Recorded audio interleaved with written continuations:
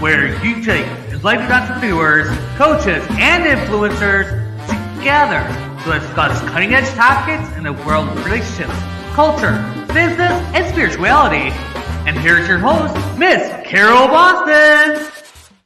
Hello, everybody, and welcome to the Intuitive Entrepreneur Show. Now, those of you who follow me, you know, not only am I the queen of reframe, but I'm your weather girl. So make sure when you get in on the chats, let me know where you're chiming in from. Let me know what the weather's like where you are.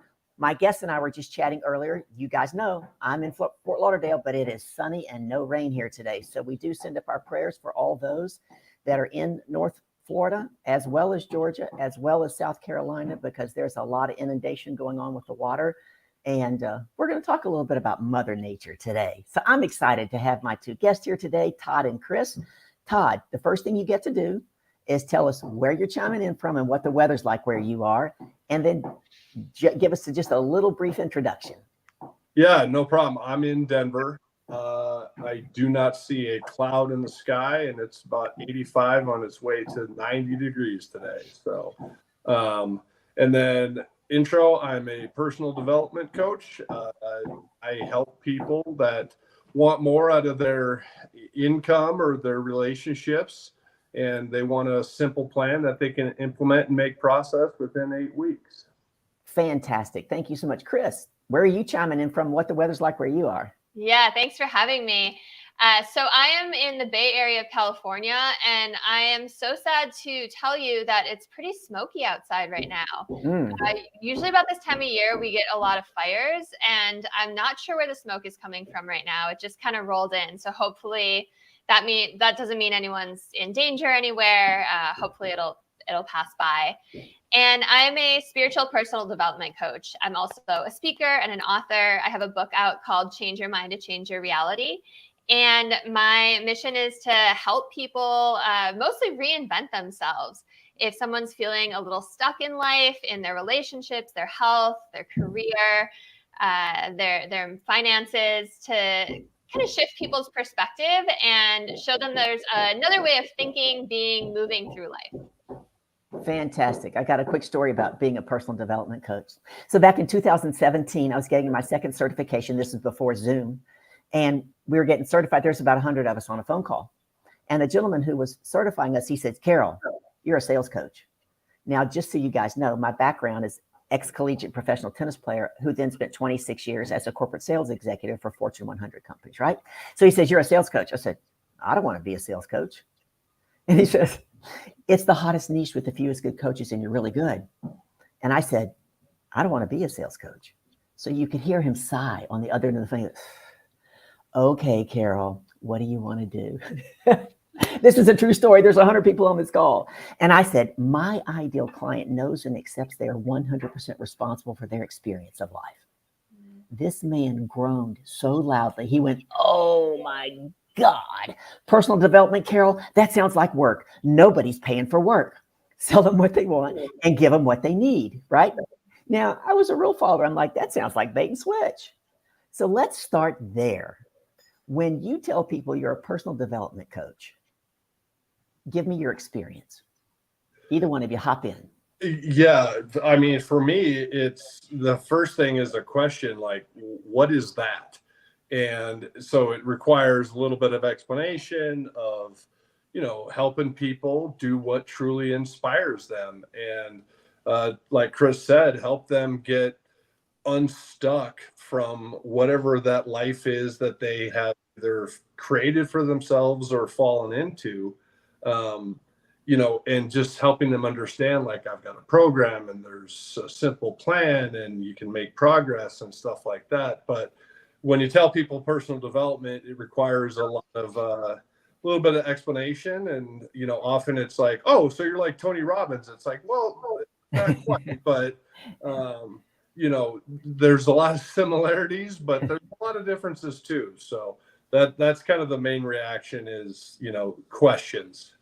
So questions are good. So quick question for you. Does that mean you don't jump up and down and go crazy like Tony Robbins? I can certainly do that if you'd like me to.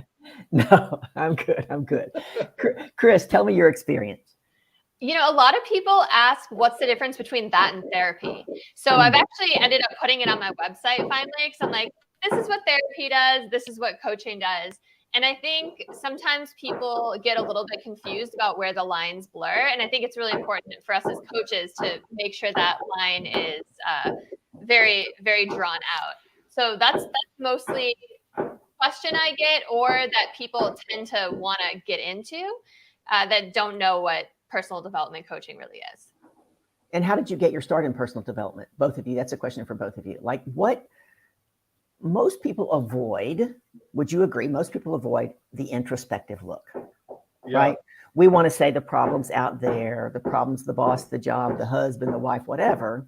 And so what is that tipping point? What is the tipping point that gets someone to come to you and say, oh, yeah, I want to look at my behavior and change it? Well, unfortunately, and Kris, I think we talked about this, there's three kind of stages. There's the people that they park at the parking lot of the Grand Canyon. They know there's going to be an issue, but they're way back in the parking lot, so they address it then. And then there's the step 2, which is you're walking up towards the edge. You're not there yet, but it's pending. You know it's going to happen. And then, unfortunately, a lot of the clients that we get, they're in free fall off of the edge. They're falling. And that pain has become so much from what they're going through, what they're experiencing. They don't feel that they'll ever get that aspiration or that dream that they want, that they finally get to that point and reach up like, okay, this is not going the way that I want, and what I've tried is not working. I need help with this. So that's kind of the 3 stages, but unfortunately, it's usually you slipped and you fell, and your pain has gotten to the point to where you can't deal anymore. So the pain of staying the same has become greater than the pain of change. Yep, exactly. I love that metaphor.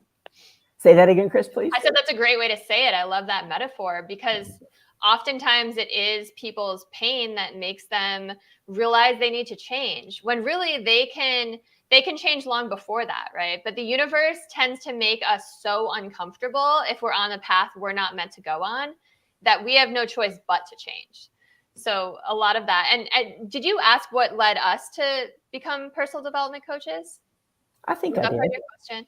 Yeah, I can share my origin story if you want, because it might help other people. So when I was 12, I was sexually abused by a family member for 4 years.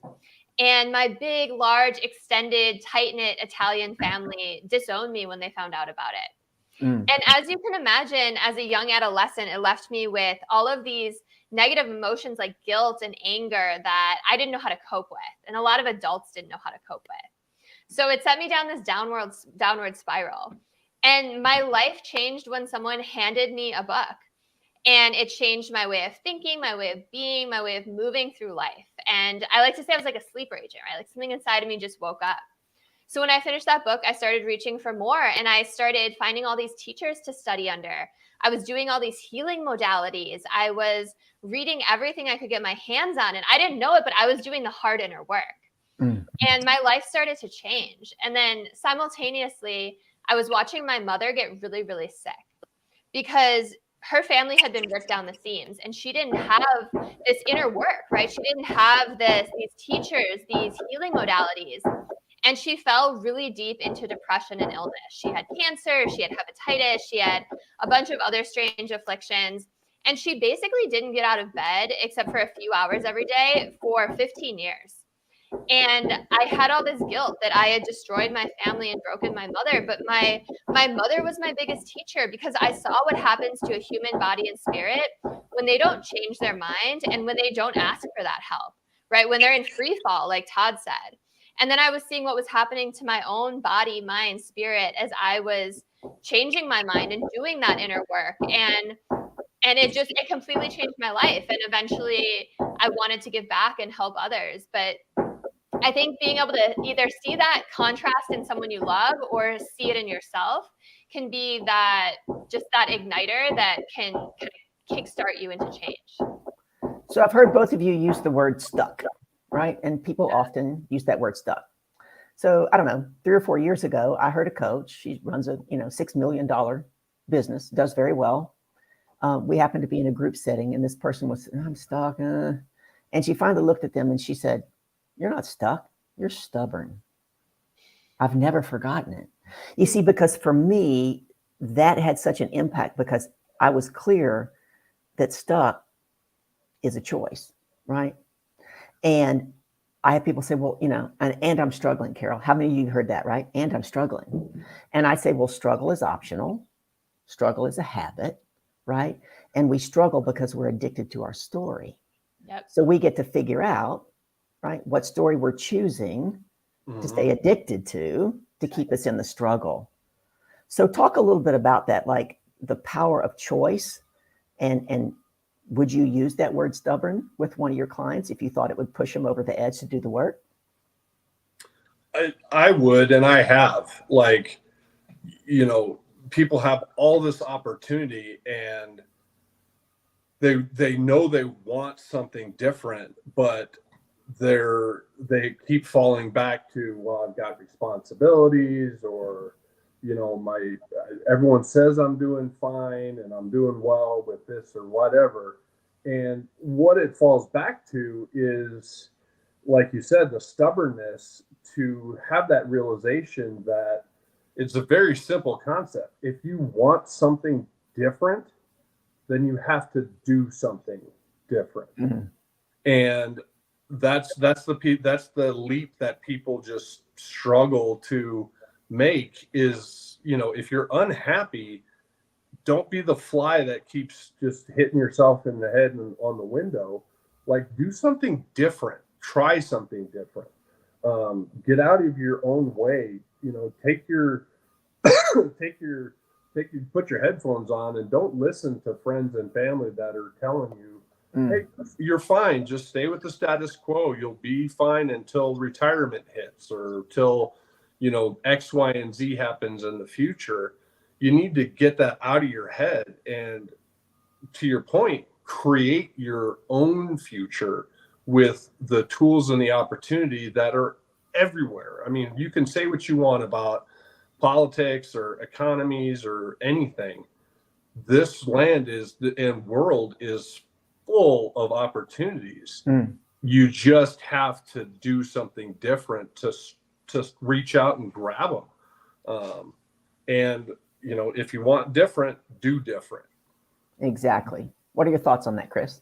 I love that so much. And it's all about changing your perspective, right? It's all a perspective. And like Todd said, getting out of your comfort zone. And so many people know what they want, right? They're like, this is the life of my dreams. This is that goal. This is what I want. But there's this gap between where they are now and where they want to be. And they can't even navigate it. And they say, I've tried everything, but they're not trying anything new, right? They have the same thoughts, the same belief system, the same emotions, the same habits.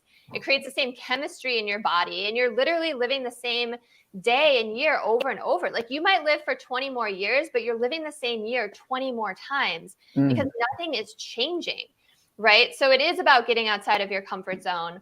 And, I bring the spiritual aspect into it too, and quantum physics. And quantum physics says every possible reality out there exists in a state of rest, just waiting for you to choose it, right? And it's everything you can imagine and everything you can't. So it's about choosing what you want and moving towards it. Now, there are some people that don't know what they want, right? They're like, I know that I'm meant for more impact on the world, more health, more connected relationships, but I just don't even know what that looks like. And that's why working with a coach is so great too, because we can help you get really clear on your vision. And then you have that North Star, and then it's like, okay, well, let's take the steps to get there. So go ahead, Todd. I was just going to add, I think it was Ryan Serhant, the realtor from New York that's all over social. He made a comment once that he said graveyards are a gold mine. Oh yeah. Of lost dreams. And that's exactly what you're talking about, Kris. Yeah. It's full of people that had all this stuff that they wanted that they never put into action, and it died with them. So it was a very well placed kind of thought on missing opportunities. Totally. And I just saw a stat that said 90% of people will never achieve their dreams. And that's either because they try and then things get difficult and they just give up, the first sign of difficulty, or they're so fearful that they never even get started in the first place. And so much of it comes back to their own fear. That's what keeps them stuck on that little hamster wheel and afraid to get out and try something new and get out of their comfort zone, which again, I think is why working with a mentor or coach is so empowering, because you have that person helping you find the path, but keeping you accountable, right? To kick your butt a little bit. Yeah, exactly. And one of the things I say is indecision will cost you more than a poor decision every day of the week. Yeah. Because a poor decision gets you into action. If you get into action, you do what? You get some results, and you can only manage what you can measure. But if you don't ever get into action, you have nothing to measure. The other thing I wanted to say that Todd kind of clicked off in my head is how I say it when I'm talking. I'll ask people, where is the most expensive real estate in the world? And most of the time they'll say New York City or LA or whatever. And I say, no, it's in the graveyards, because like you said, all the books that were never written, all the songs never written, all the inventions never made, that's where they are. Mm. And so what changes from when we're younger, and we'll try anything once, right? Kids are so resilient, and we don't judge when we're children. What changes, and what could we do to change that in a younger generation now, so that it doesn't continue, so that the younger generation coming up will continue to take a risk, will continue to step out of their comfort zone and not live in fear? I mean, go ahead. Yeah, I was going to say for me, it starts with their parents leading by example of taking risks or going for opportunities, because like you said, kids, they're resilient, and regardless of what we do, they see everything. Mm-hmm. And you could be like, no, I keep that for my kids. And I'll tell you right now, as the parent of two, no, you don't. And so I think it starts with parents showing, and through their actions, and sharing it with kids. Like, hey, look, I'm going to get fit because it's important to me that I'm active with you, because then kids see that, then they start to adopt that. And then ultimately, as they grow and have their own family, it becomes part of their culture that we are a family of doers, not of finger pointing or blaming or whatever. And I think that one of the most powerful things that, I'm working on is having a program that is for kids, taught by kids. Mm.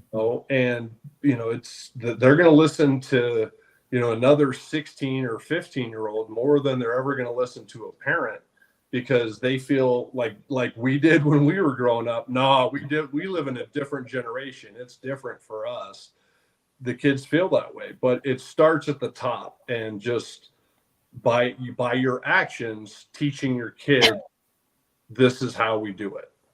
Kris, I want you to approach that from a different perspective. Yeah. So because let's face it, Todd, most parents didn't have that experience because they weren't taught that. So we've got to start at a younger level. And I hear you. I think that's awesome, kids teaching kids. But I got to tell you, I grew up in a dysfunctional family, right, Kris? You know what that's like? And I didn't get all of those amazing examples. My mother was afraid of the world. The world was a bad place. You got to be secure. You got to be safe. And I see how over time, even though it wasn't conscious, I started adopting some behaviors that were like that. Now, fortunately, I have a coach and I'm aware, so I was able to catch it, but it's easy to do it, not knowing that we're doing it. We're living it because we learned it. So Kris, give us your perspective. Yeah, totally. So, 95% of our unconscious programming happens before the age of 7. So these are, because when you're a kid up to the age of 6 and 7, you're in a theta brainwave state all the time. It's literally hypnosis. So when they say kids are like sponges, they're literally like sponges. All they're doing is being programmed.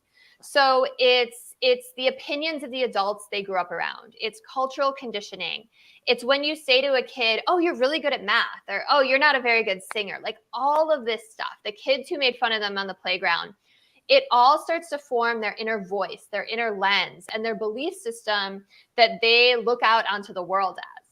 And then by the time you're 35, your life is just a set of memorized habits, beliefs, thoughts, emotions. Like I said, it's just the same thing over and over and over again. And it's interesting. You just made me think of this, Carol, when you were talking about your childhood trauma. I was watching an interview with an ex-CIA agent. I cannot remember his name. I'll have to send it to you after. But he was saying that one of the first things they get taught in the CIA is that those people who have gone through just the right amount of childhood trauma, not too much where they get hooked on drugs or other addictive behaviors or harming behaviors, and not so much that they're just kind of gliding by and life is perfect for them, but just that right amount of trauma. Those are the people who grow up to be the successful entrepreneurs, the doers, the people who are driven, the people who are successful. And it's like, it takes that little bit of grit. Because when you were talking, I was like, yeah, but look at what you've accomplished, right? Or look at what I've accomplished, or all these people who have gone through it. So it almost takes like a little bit of going through that, because if we make it too easy on our kids, they're challenges make you grow. That's what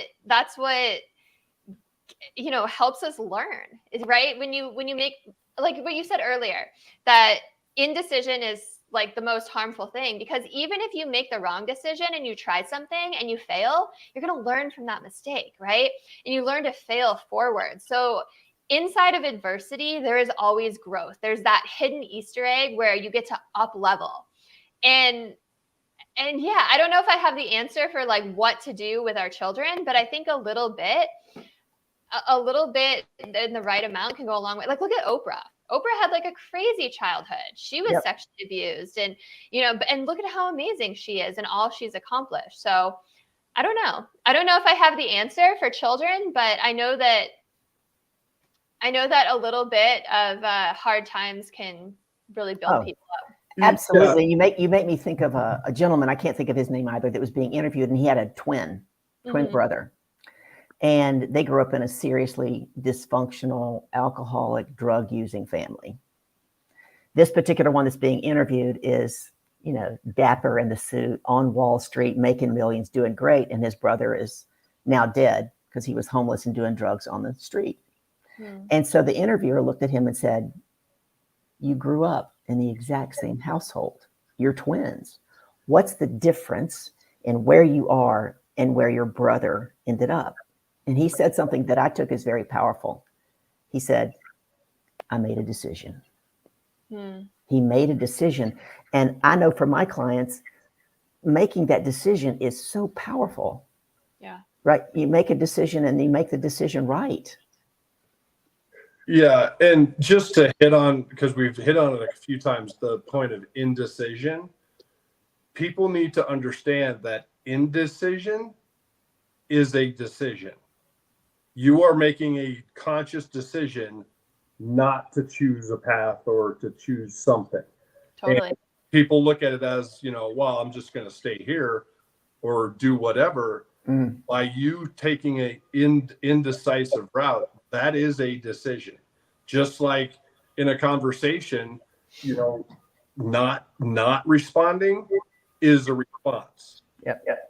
Because you're choosing, right? Yep. And I think that's powerful. Oh, go ahead.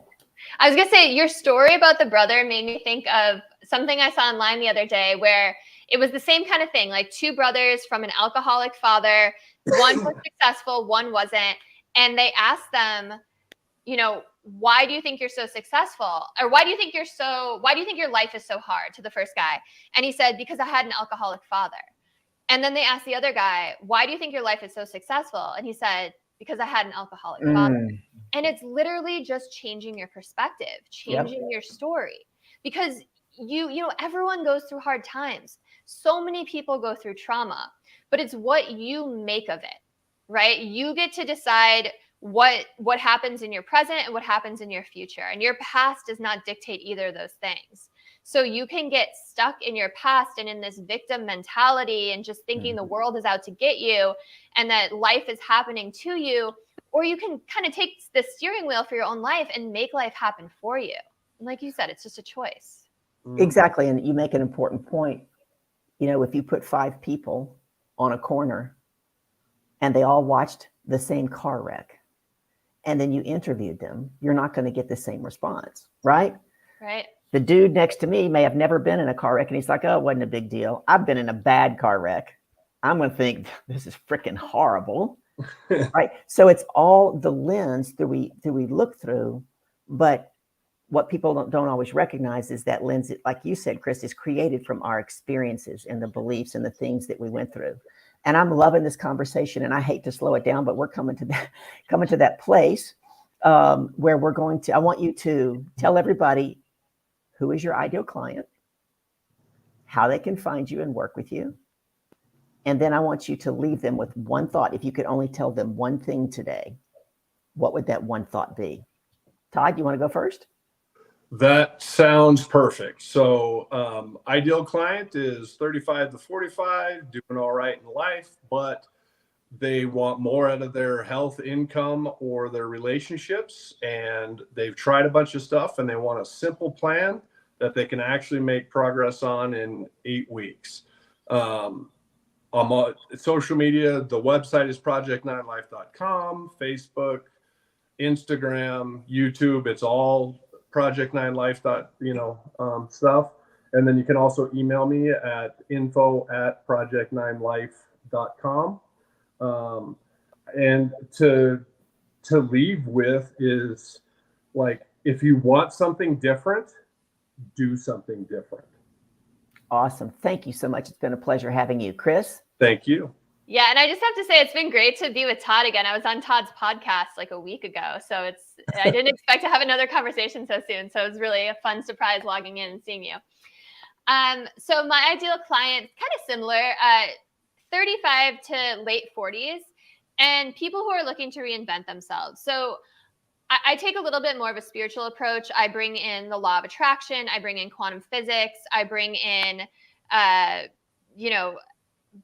biology. I pull from everywhere. So I tend to be a lot of people's last resort. People who have, tried to use the law of attraction. They've read The Secret. They've, watched all the YouTube videos, but it's not happening for them. And that's because there's so much that blocks us from getting the life we want. Like we've talked about, unconscious programming, belief systems, but also things like repressed emotions, not forgiving.